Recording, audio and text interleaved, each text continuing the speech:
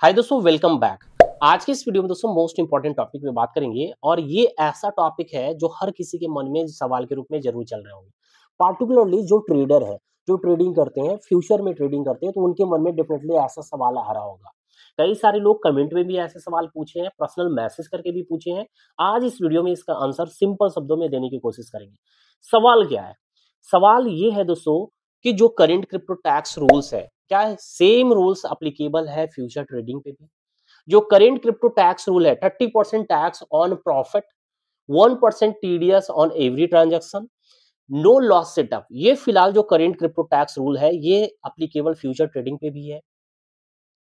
इसको ये सवाल जो है ना लगभग हर किसी के मन में चल रहा होगा और आप ट्रेडिंग करते हो तो डेफिनेटली आपके मन में ऐसा सवाल जरूर आए होंगे।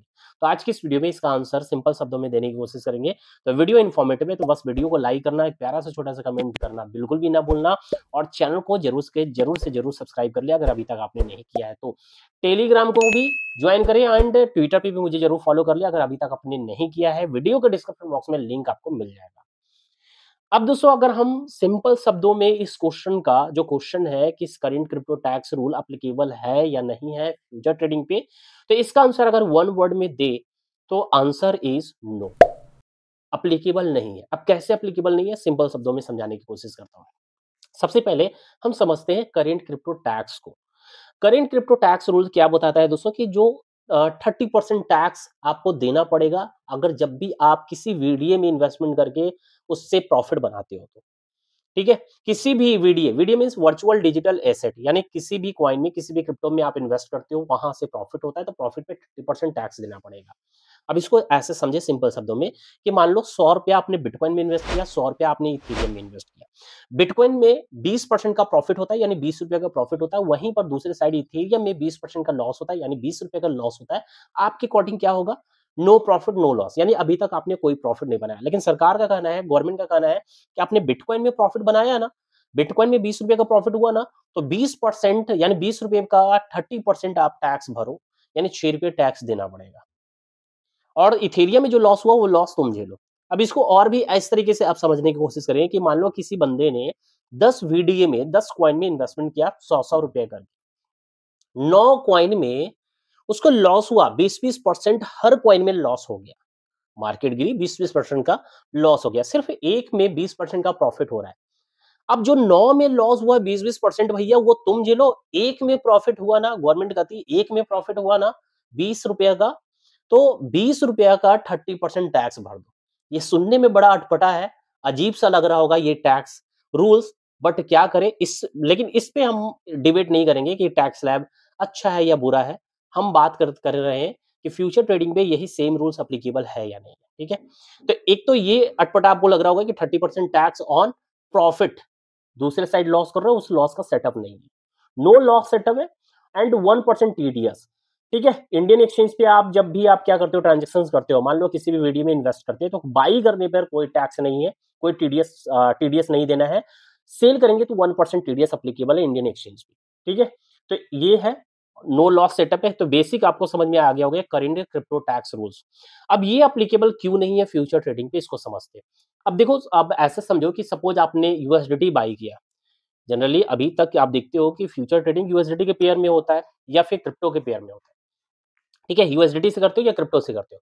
तो आप यूएसडीटी आप जब बाई कर रहे हो इंडियन एक्सचेंज पे, मान लो कि इंडियन एक्सचेंज में आपने यूएसडीटी खरीदा, सेल करने पे वहां पर टीडीएस एप्लीकेबल है। तो टीडीएस का मैटर कब होगा? जब आप उस यूएसडीटी को जितना आपने खरीदा है उसको सेल करोगे तब 1% आपको टीडीएस देना पड़ेगा। ठीक है, अब दूसरा मान लो कि आपने खरीद लिया, यूएसडीटी है आपके वॉलेट में, अब केवल क्या किया कि उस यूएसडीटी को फ्यूचर वाले में ट्रांसफर कर दिया।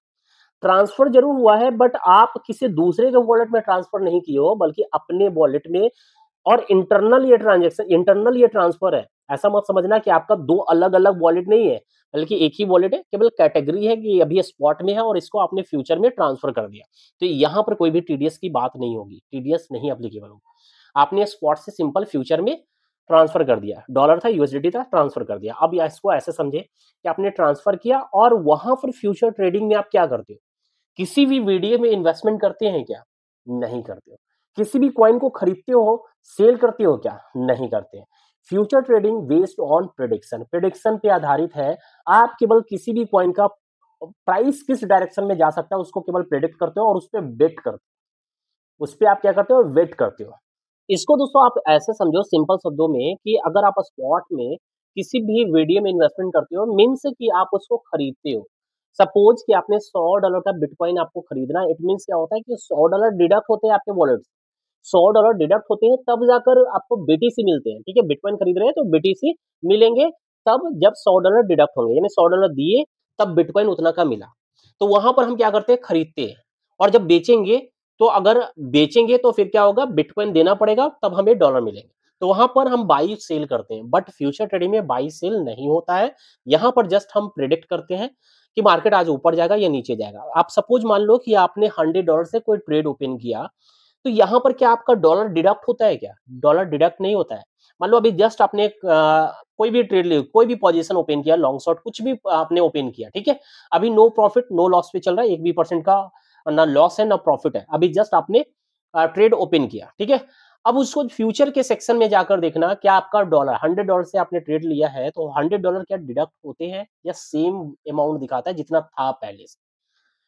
अवेलेबल में नहीं जाना है, आपको जाना है फ्यूचर में। देखो स्क्रीन पे मैं लगा दूंगा, यहां पर आप आकर देखोगे ना, आपका जितना था अमाउंट उतना का उतना ही रहता है। इसलिए रहता है क्योंकि आप किसी भी वीडियो में यहां इन्वेस्टमेंट नहीं करते, बाई सेल नहीं करते। तो जब बाई सेल होता ही नहीं है तो टीडीएस का कोई मैटर नहीं है। पहला पॉइंट कि टीडीएस का कोई मैटर नहीं है, बाई सेल किया ही नहीं तो बाई सेल होगा ही नहीं, तो कोई ट्रांजेक्शन नहीं हो रहा है, इट मीन्स कि आप टीडीएस का कोई मैटर नहीं है। अब आता है 30% टैक्स की। अब देखो फ्यूचर ट्रेडिंग में 30% टैक्स स्लैब भी एप्लीकेबल नहीं है। यहां पर एप्लीकेबल ये है कि जब आप प्रॉफिट बनाओगे ना, ओवरऑल प्रॉफिट, मान लो कि आपने 10 ट्रेड लिया, 10 में से 5 में आप प्रॉफिट बनाए, 5 में लॉस किए, ठीक है? 5 में जितना लॉस किए उतना 5 में आपने प्रॉफिट बनाया, तो आपके according no profit no loss, तो आपको टैक्स देना ही नहीं पड़ेगा, ठीक है? तो जो बेसिक क्रिप्टो टैक्स रूल है 30% ऑन प्रॉफिट, ये वाला यहाँ एप्लीकेबल नहीं होगा। हाँ, लेकिन मान लो कि आप 1 महीने ट्रेडिंग किए, 1 महीने में आपने देखा कि हमने $100 डाला था फ्यूचर वॉलेट में और $100 से $200 यानी $200 बना लिया, यानी $100 का प्रॉफिट बनाया, ठीक है? किसी दिन प्रॉफिट बना रहा है, किसी दिन लॉस कर रहा है, लेकिन ओवरऑल जब आप देखोगे कि आपने देखा कि ओवरऑल लॉस प्रॉफिट करके हमने सिंपल $100 का प्रॉफिट बनाया है, तो $100 पे आपको टैक्स देना पड़ेगा।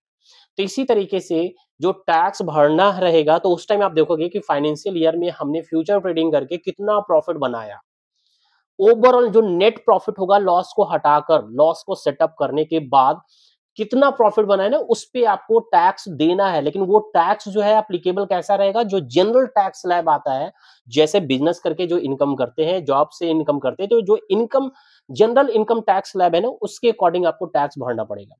ठीक है? $100 का आपने प्रॉफिट बनाया तो $100 का आप जिस स्लैब में आओगे, 10% के स्लैब में आओगे तो 10% टैक्स भरना पड़ेगा। 15% के स्लैब में आओगे तो 15% भरना पड़ेगा। 30% का स्लैब में आओगे तो 30% भरना पड़ेगा।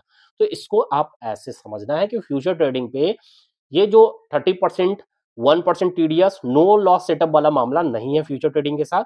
सिंपली है कि प्रॉफिट आपका बन रहा है तो प्रॉफिट पे आपको जो टैक्स देना पड़ेगा, जनरल इनकम टैक्स स्लैब के अकॉर्डिंग, उसके अकॉर्डिंग आपको देना पड़ेगा।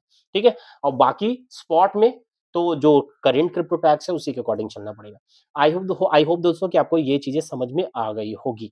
ठीक है? तो चलिए धन्यवाद। अगर और इसके बाद भी अगर कोई क्वेश्चन आपके मन में चल रहा है तो कमेंट बॉक्स में जरूर बताना। धन्यवाद दोस्तों, मिलते हैं नेक्स्ट वीडियो में।